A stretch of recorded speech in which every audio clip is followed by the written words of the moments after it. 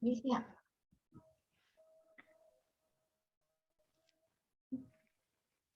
Assalamualaikum warahmatullahi wabarakatuh. Perkenalkan, kami dari kelompok 19 yang beranggotakan saya sendiri, Anissa, dengan NPM terakhir 054 sebagai moderator. Kemudian ada Dadan Muhammad Ramdan dengan NPM terakhir 125. Kemudian ada Eri Arwanto dengan NPM terakhir 167. Di sini kami akan menjelaskan mengenai budidaya ulat Jerman. Baik, untuk mempersingkat waktu, mungkin langsung saja pada pemaparan yang pertama yang akan dijelaskan oleh saya sendiri. Di next kan.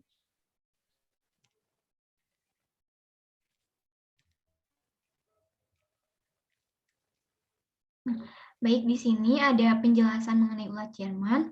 Ulat Jerman atau yang juga dikenal dengan sebutan superworm merupakan ulat yang berukuran 5 cm sampai 6 cm. Nah, ulat Jerman ini adalah larva dari kumbang hitam. Nah, adapun sifat biologis dari ulat Jerman itu sendiri, yaitu dia tidak menyukai cahaya dan juga terkenal sangat rakus. Kemudian untuk bibit yang baik itu dapat dilihat dari umur ulat, yaitu minimal umur 5 bulan, di mana semakin tua bibit akan semakin bagus. Nah, bibit ulat Jerman ini awalnya didatangkan dari Amerika Tengah. Nah, ulat Jerman juga merupakan ulat yang biasa dijadikan bahan pakan bagi reptil, unggas, dan ternak lainnya. Karena ulat Jerman ini memiliki kandungan gizi yang cukup tinggi. Ukuran tubuh ulat Jerman juga biasanya lebih besar dibandingkan dengan ulat Hongkong. Nah, next kan.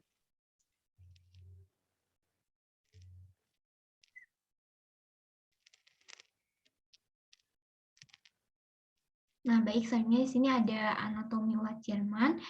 Nah, ulat Jerman ini memiliki beberapa bagian tubuh. Yang pertama itu ada head atau kepala. Nah, di kepala ini terdapat mulut, mata kecil, sepasang antena, dan labrum. Kemudian ada toraks. Nah, di toraks ini memiliki 3 bagian, yaitu ada protoraks, mesotoraks, dan metatoraks. Kemudian ada abdomen atau perut. Nah, perut ini memiliki 9 segmen, di mana seluruh perut ini berisi saluran pencernaan dan menyimpan semua lemak dan makanan yang dimakan ulat. Di next kan. Nah, baik, sebenarnya di sini ada siklus hidup. Nah, di sini sudah terdapat gambar mengenai siklus hidup ulat Jerman. Yang pertama itu ada gambar A. Nah, gambar A ini adalah tahap telur. Nah, telur ini akan menetas setelah berumur 7-10 hari setelah dikeluarkan oleh kumbang dewasa betina. Kemudian yang kedua ada gambar B. Nah, gambar B ini adalah tahap larva, di mana telur yang menetas akan menjadi ulat Jerman. Nah, kemudian ada gambar C. Nah, gambar C ini adalah tahap kepompong. Nah, pada tahap ini ulat dewasa yang sudah berumur sekitar 30 hari akan menjadi kepompong.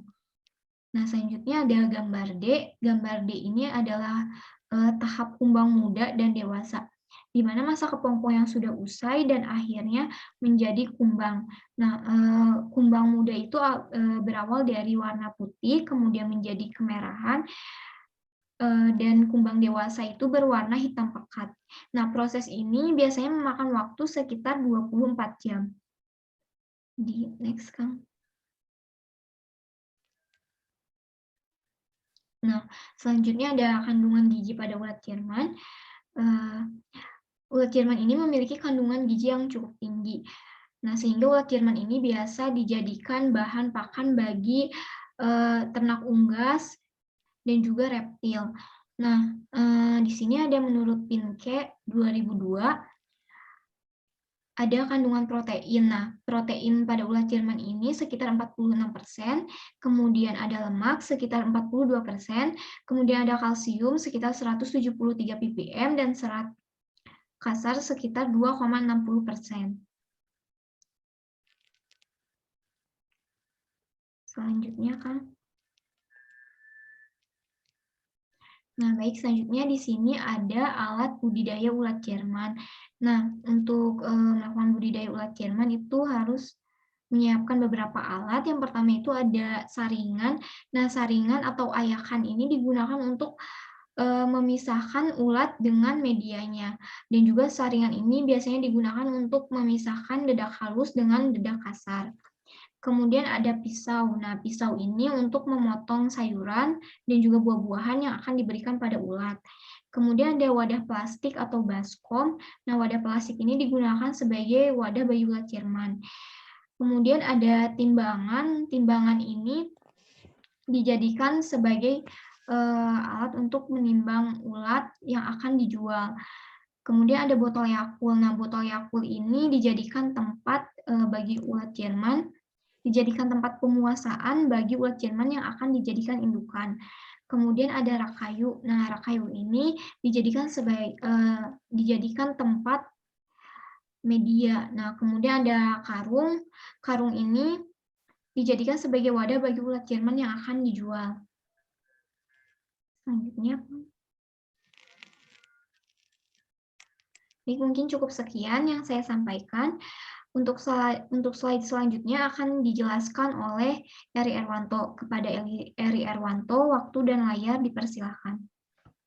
Oke, baik. Terima kasih. Saya akan melanjutkan. Di sini mengenai media bertelur dan pakan. Untuk media ulat Jerman itu kita memerlukan yang pertama itu dedak padi, yang kedua serbuk gergaji. Nah, untuk perbandingannya sendiri itu 1:2. Jika dedak padi sekitar 2 kilo, maka serbuk gergaji itu 4 kilo. Nah, untuk ketebalannya sendiri itu antara 2 sampai 4 cm. Tergantung musim, tergantung musim atau cuaca. Kemudian untuk pakan ulat Jerman itu sebenarnya sudah didapatkan dari dedak. Cuman kita biasanya menambah dengan ampas tahu. Nah, untuk minumnya sendiri kita bisa menggunakan buah-buahan bekas yang didapat dari pasar atau juga bisa menggunakan sayuran. Baik, next.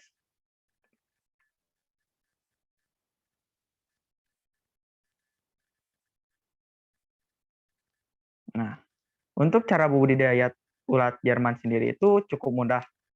Kita tinggal menyediakan kandang atau box yang berukuran tinggi sekitar 10-15 cm dengan lebar panjang 30 ke 60.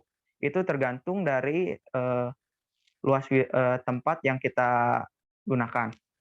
Nah, untuk media yang digunakan sendiri itu kan ada campuran bubuk gergaji dan dedak padi. Nah, itu tadi sudah dijelaskan perbandingannya itu 2:1. 2 untuk serbuk gergaji, 1 untuk dedak padi. Untuk tempat kumbang yang telah diisi media itu yang tadi kotak yang telah disiapkan, yang telah dikasih media, yang udah dicampur, kemudian masukkan si indukan, kemudian tinggal setiap hari sekali itu dikasih makan tambahan berupa buah-buahan, sayuran, terus ampas tahu. Setelah 2 minggu atau 14-16 hari, si telur dengan si indukan atau tempat media yang sudah lebih dari 15 hari itu dipisahkan. Pindahkan indukan ke wadah yang baru, tempat media yang baru. Kemudian tunggu selama 1 minggu sampai terlihat jentik larva ulat Jerman yang telah menetas. Pembesaran ulat Jerman sendiri itu berkisar antara 3 bulan sampai siap dipanen. Baik, next.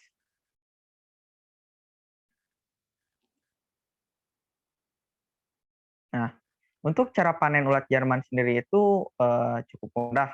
Tinggal kita disediakan ayakan dengan ukuran skrin 2 dan karung. Nah, untuk pengayakannya sendiri itu secara sedikit demi sedikit. Soalnya kalau terlalu banyak itu bisa kadang-kadang si ayakannya itu jebol. Setelah diayak, memisahkan antara media dengan si ulatnya, kemudian ulat Jerman itu dimasukkan ke dalam karung dengan ditambahkan sedikit media. Karena bila tidak dimasukkan media, itu ulat Jerman bisa mati lemas. Next.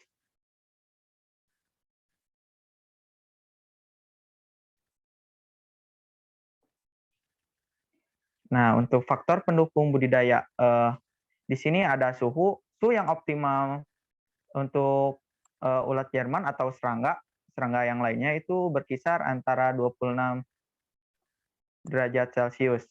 Nah, untuk kelembabannya sendiri itu berkisar antara 20% sampai 70%.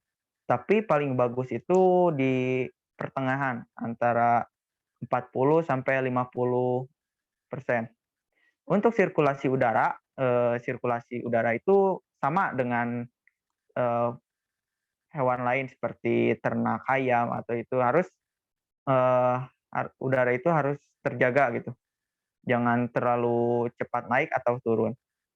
Nah, kemudian ada sanitasi, kebersihan kandang itu perlu diperhatikan karena bila tidak diperhatikan itu bisa menjadi sarang buat hama. Untuk pakan ulat Jerman itu harus memiliki kualitas yang baik. Untuk pH ulat Jerman di media itu antara 6,1 sampai 8,3.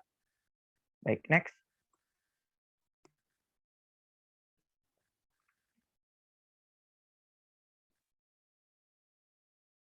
Nah, untuk manfaatnya sendiri itu yang pertama pasti untuk membuka peluang usaha.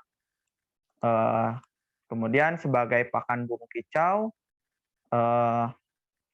terus untuk reptil, untuk pakan predator. Untuk burung kicau sendiri itu bagus karena dapat merangsang birahi lebih cepat. Tapi tidak seperti layaknya ulat tongkong, bisa membuat suhu badan naik yang bisa menyebabkan bulunya rontok. Nah, untuk reptil itu bagusnya ke warna, sama halnya seperti ikan predator. Itu warna lebih bagus dan juga mempercepat pertumbuhan. Ulat Jerman sendiri itu ada juga yang bisa dijadikan produk kecantikan, yaitu kita bisa mengambil ekstrak minyaknya karena kandungan protein pada minyaknya itu sangat bagus untuk kulit. Bahkan di luar negeri sendiri, ulat Jerman sudah ada yang dijadikan sebagai pengganti protein hewani. Baik, next.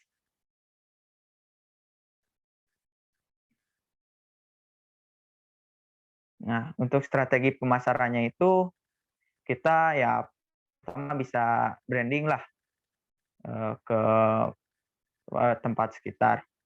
Kemudian membangun relasi dan menelusuri pasar. Nah, untuk pertama kali usaha itu kita jangan tidak selalu itu enak. Pasti kita menelusuri pasar, pasti kita menemui penolakan dari pasar sekitar. Nah, untuk yang ketiga itu dengan penjualan secara online. Oke, karena sekarang zaman udah maju, kita bisa menggunakan sosial media seperti Facebook, WhatsApp, Instagram, dan marketplace atau yang lainnya. Next.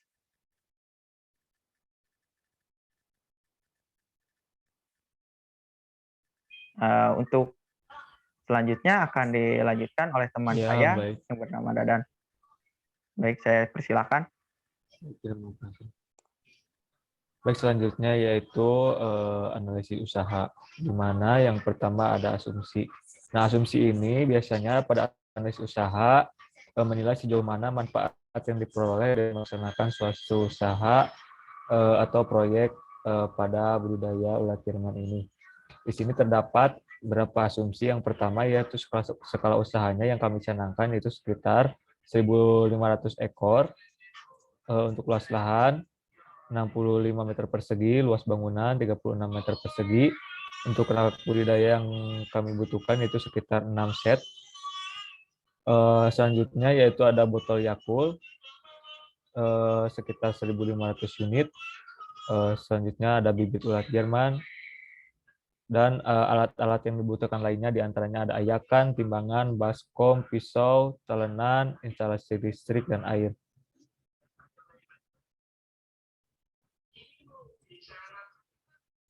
Selanjutnya yaitu pada koefisien teknis sendiri, untuk bibit tiap kotak yaitu berisi sekitar 100 ekor. Lalu ada pembesaran 44.000 ekor per kotak. Dilanjut untuk perak isinya yaitu 7 kotak, di mana tadi ada 6 raknya. Selanjutnya ada untuk kebutuhan pakan sendiri, kebutuhannya yaitu untuk tebu sekitar 0,0005 kg per ekor. Lalu ada dak halus, kebutuhannya itu 0,001 kg per kotak. Ampas tahu 0,001 kg per kotak. Lalu ada serbuk gergaji 0,5 kg per kotak. Sebenarnya di sini ada asumsi geoteknis, di mana untuk produksi telur sendiri itu 50.500 dari bibit, di mana untuk umur akhir dari indukan ini sekitar 2 tahun. Selanjutnya pemindahan kumbang 1 hari, lalu ada perkawinan 14 hari, dilanjut bunting 14 hari. Total untuk menetas per kotak yaitu sekitar 225.000 per kotak. Untuk mortalitas penetasannya 50% dan mortalitas indukan 1%.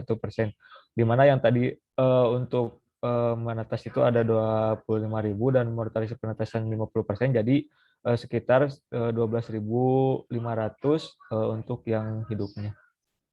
Okay, next. Untuk kebutuhan sendiri, kebutuhan investasi sendiri pada tahun pertama yaitu untuk biaya variabel sekitar 26 juta dan untuk biaya tetapnya sekitar 3.700.000 sekian.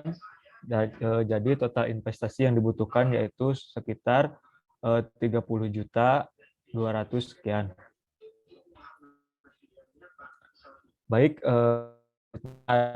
benefit dan cost, di mana benefit dan cost ini kebutuhan dalam suatu usaha sudah tentu dapat biaya dan dikeluarkan.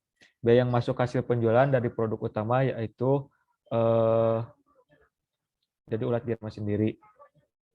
Nah, untuk pendapatannya sendiri pada tahun pertama yaitu sudah mendapatkan hasil 35 juta dengan total pengeluaran yaitu sekitar 31 juta. 34 juta, maaf, kalau ditambahkan tetap dan variabel. Jadi total benefit untuk tahun pertama yaitu sekitar 500.000. Lalu untuk tahun kedua yaitu menghasilkan benefit 57 juta atau uang masuk dari hasil jual ulat Jerman. Jadi total benefit pada tahun kedua yaitu sekitar 25 juta. Dilanjut pada tahun ketiga, total benefitnya yaitu 22 juta. Kenapa ini lebih turun dari pada tahun kedua? Karena pada tahun ketiga ini ada replacement stock atau pergantian indukan. Harusnya pada tahun keempat total benefitnya sekitar 25 juta dan tahun kelima sekitar 22 juta 600 sekian. Selanjutnya ada kriteria investasi, di mana investasi yang kami canangkan yaitu atau usaha kami yang canangkan sekitar 5 tahun. Yang pertama ada kriteria investasi NPV, Net Present Value, di mana usaha yang kami rencanakan ini lebih besar dari 0, artinya layak untuk dijalankan. Lalu ada IRR juga, yaitu merupakan tingkat rata-rata keuntungan interval tahunan bagi suatu usaha, di mana RRR ini nilainya 15% dan lebih besar dari 12%. Artinya usaha ini layak untuk dijalankan. Selanjutnya ada net BC, yaitu untuk menggambarkan rasio antara total NPV yang bernilai positif dan total NPV bernilai negatif. Untuk net BC sendiri yaitu udah lebih besar dari 1 ya. Jadi usaha yang kami rencanakan ini sudah layak dijalankan. Berikutnya ada gross BC, nilainya 1,32 dengan usaha yang layak dijalankan yaitu lebih besar dari 1, artinya layak untuk dijalankan usaha kami yang kami rencanakan. Next. Nah, ini untuk perhitungan PBP dan BEP. Untuk PBP sendiri yaitu payback period, yaitu jangka waktu pengembalian biaya awal, di mana dana yang kami keluarkan akan kembali setelah tahun ke-1, bulan ke-3, dan hari ke-25 untuk dana investasi itu sendiri. Untuk yang selanjutnya yaitu ada BEP atau break even point, di mana perhitungan BEP ini untuk menentukan berapa lama waktu yang diperlukan usaha untuk menutup seluruh biaya yang dikeluarkan, di mana keseimbangan antara pengeluaran dan pendapatan akan terjadi pada waktu usaha tahun ke-3, bulan ke-5, hari ke-26. Dan ini daftar pustaka yang kami dapatkan. Ya, terima kasih. Saya kembalikan ke moderator. Baik, terima kasih. Baik, mungkin cukup sekian yang dapat kami sampaikan. Kurang lebihnya mohon maaf. Wassalamualaikum warahmatullahi wabarakatuh.